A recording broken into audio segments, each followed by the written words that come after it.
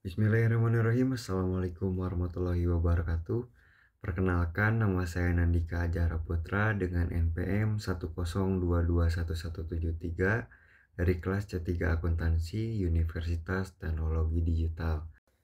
Yang saya hormati Ibu Rola Manjailani, SEMSI, selaku dosen pengampu mata kuliah metodologi penelitian.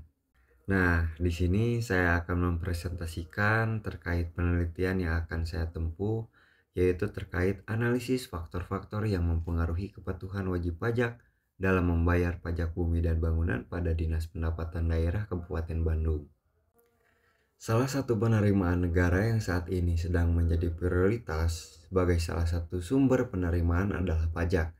Pajak merupakan peralihan kekayaan dari sektor publik berdasarkan undang-undang yang dapat dipisahkan dengan tidak mendapat imbalan secara langsung.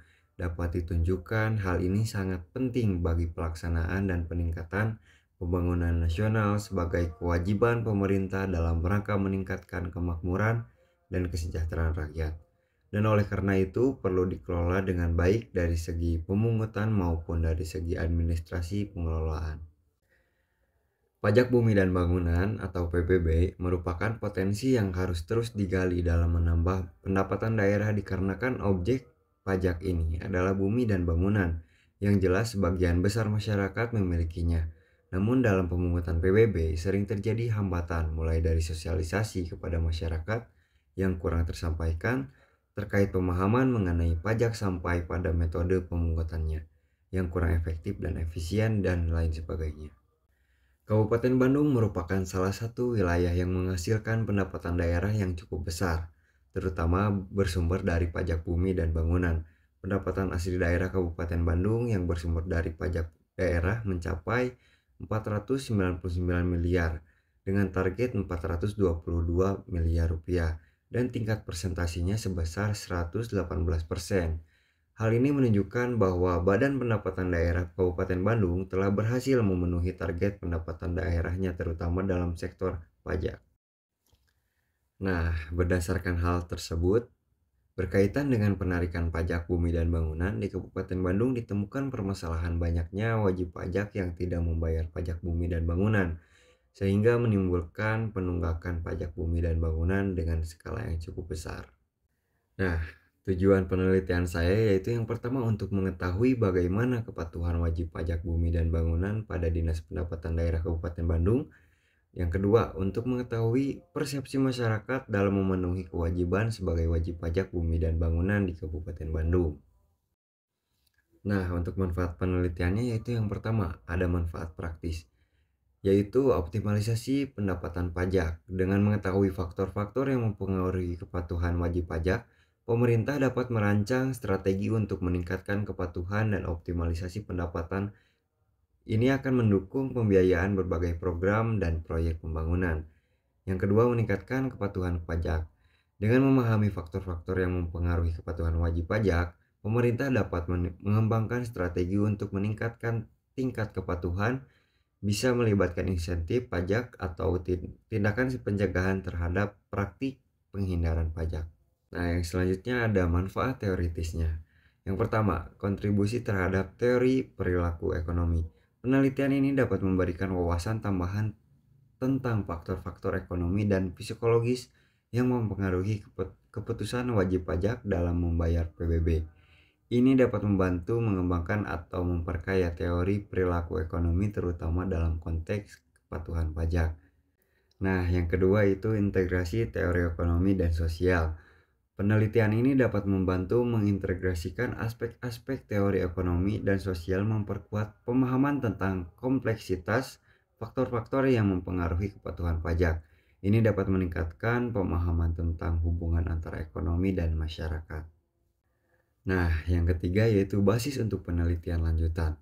Hasil penelitian dapat menjadi dasar untuk penelitian lanjutan dan eksplorasi lebih lanjut terkait faktor-faktor yang mempengaruhi perilaku wajib pajak. Ini dapat merancang minat peneliti untuk melibatkan diri dalam studi mendalam atau pengembangan metodologi baru. Nah, untuk lokasi penelitiannya yaitu tempat melakukan penelitian adalah wajib pajak di daerah Kabupaten Bandung, Jawa Barat. Dan untuk waktu penelitiannya yaitu dengan waktu penelitian dimulai dari bulan November 2024 sampai Januari 2024. Selanjutnya yaitu tinjauan pustaka. Yang pertama, kajian pustaka. Teori variabel dependent terdiri dari pajak, wajib pajak, dan kepatuhan wajib pajak. Nah, yang kedua yaitu teori variabel independen yang terdiri dari kesadaran perpajakan. Yang kedua yaitu sanksi perpajakan, norma sosial, dan pendapatan wajib pajak. Nah, untuk penelitian terdahulunya saya mengambil dari penelitian Rika Pratiwi, Alistra Jadison Silahi, dan Ola Novi Irama 2019, Faizah Nur Sodik Askandar dan Abdul Wahid Mahsuni pada tahun 2021, Emilia Christina Kiha dan Fredrianus Nenom Nanu pada tahun 2020, Elsa Juliana Suwigno Widagdo dan Mainatul Ilmi pada tahun 2023, dan yang terakhir yaitu Wina Sasmita Harahap dan Alistra Jadison Silalahi pada tahun 2021. Yang selanjutnya yaitu kerangka pemikiran. Kerangka pemikiran dalam penelitian ini adalah tentang faktor-faktor yang mempengaruhi kepatuhan wajib pajak orang pribadi. Variabel yang digunakan dalam penelitian ini sebanyak 5 variabel, yaitu 4 variabel independen dan 1 variabel dependen. Variabel independen yang digunakan yaitu kesadaran wajib pajak sebagai X1, sanksi perpajakan sebagai X2, norma sosial sebagai X3, pendapatan wajib pajak sebagai X4. Sedangkan variabel dependen yang digunakan yaitu kepatuhan wajib pajak sebagai Y. Nah, yang selanjutnya yaitu rumusan hipotesis. Yang pertama, hipotesis untuk faktor kesadaran pajak. Yang kedua, hipotesis untuk faktor sanksi pajak.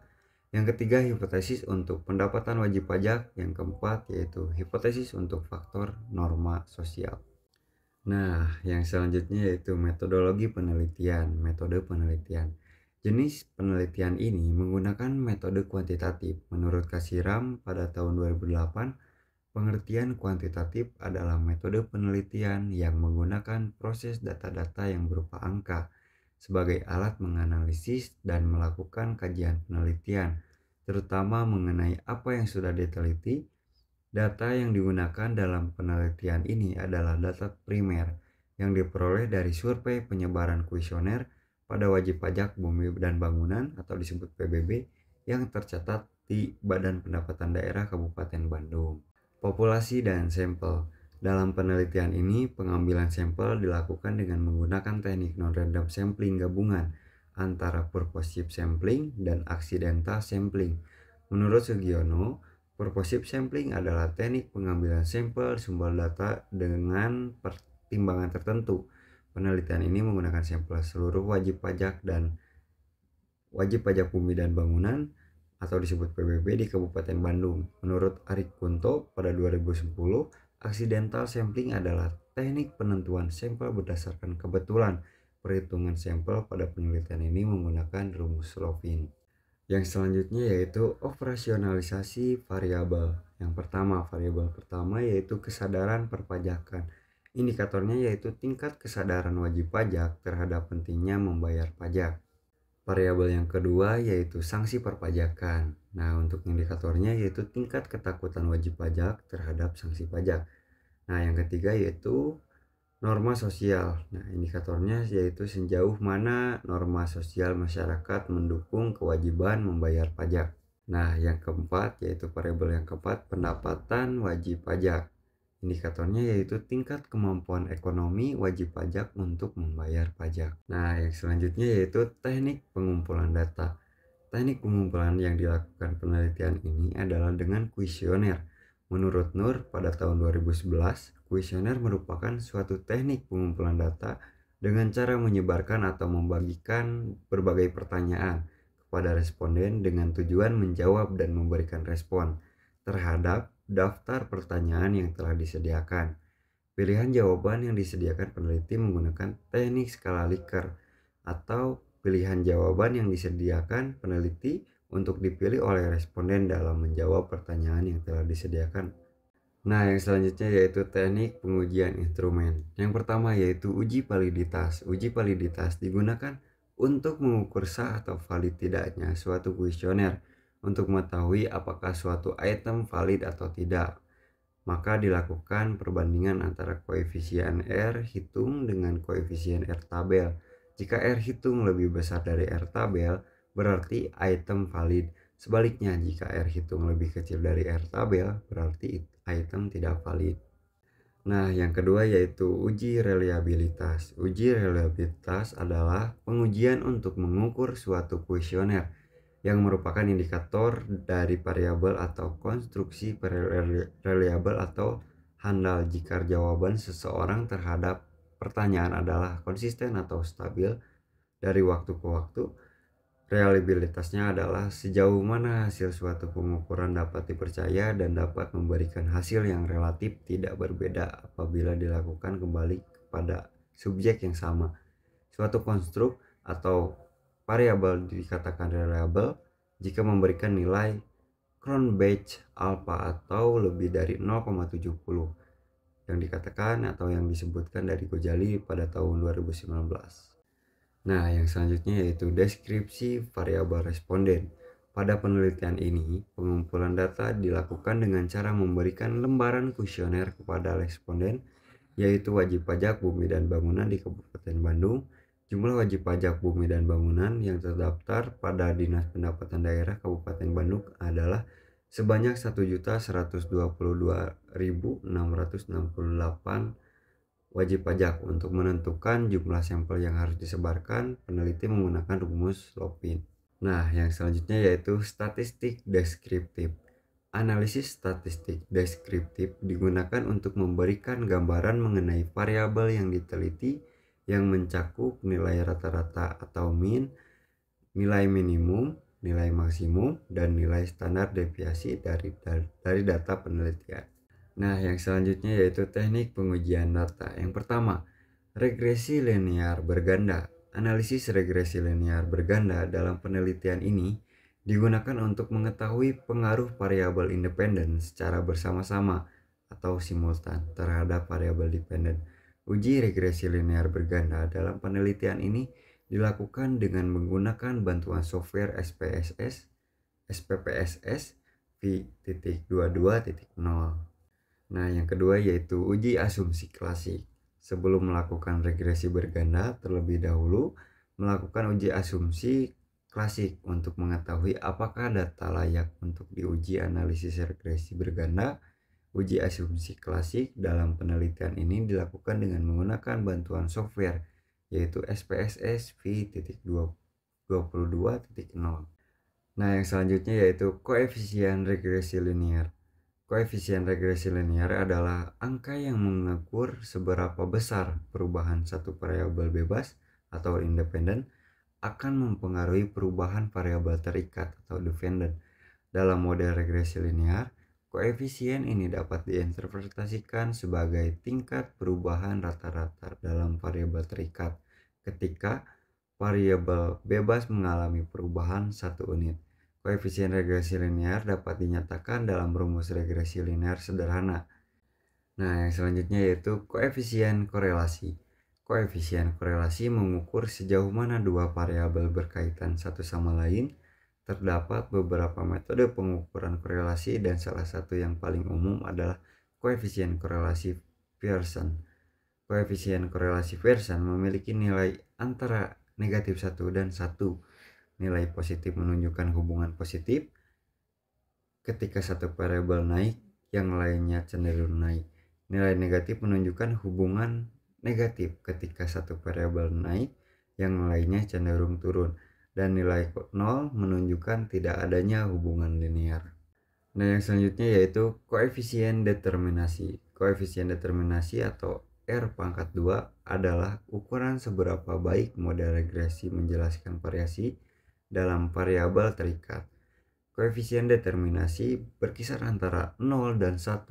Nilai R⁻2 yang lebih tinggi menunjukkan bahwa model regresi lebih baik dalam menjelaskan variasi dalam variabel terikat. Jika R⁻2 sama dengan 0, model tidak menjelaskan variasi apapun, sedangkan R⁻2 sama dengan 1, menunjukkan model yang sempurna yang dapat menjelaskan seluruh variasi. Nah, selanjutnya yaitu pengujian hipotesis. Yang pertama, uji T. Menurut Gojali, pada tahun 2016, uji statistik T pada dasarnya menunjukkan seberapa jauh pengaruh suatu variabel penjelas atau independen secara individual dalam menerangkan variasi variabel dependen. Nah, yang selanjutnya yaitu uji F. Uji F adalah suatu metode statistik yang digunakan untuk menguji signifikasi dari perbedaan antara beberapa kelompok atau perlakuan. Uji F sering digunakan dalam konteks analisis varians atau ANOVA untuk membandingkan rata-rata dan dari 3 atau lebih kelompok. Oke baik, hanya itu saja yang bisa saya sampaikan. Terima kasih atas perhatiannya. Mohon maaf apabila banyak kesalahan kata. Selebihnya terima kasih. Assalamualaikum warahmatullahi wabarakatuh.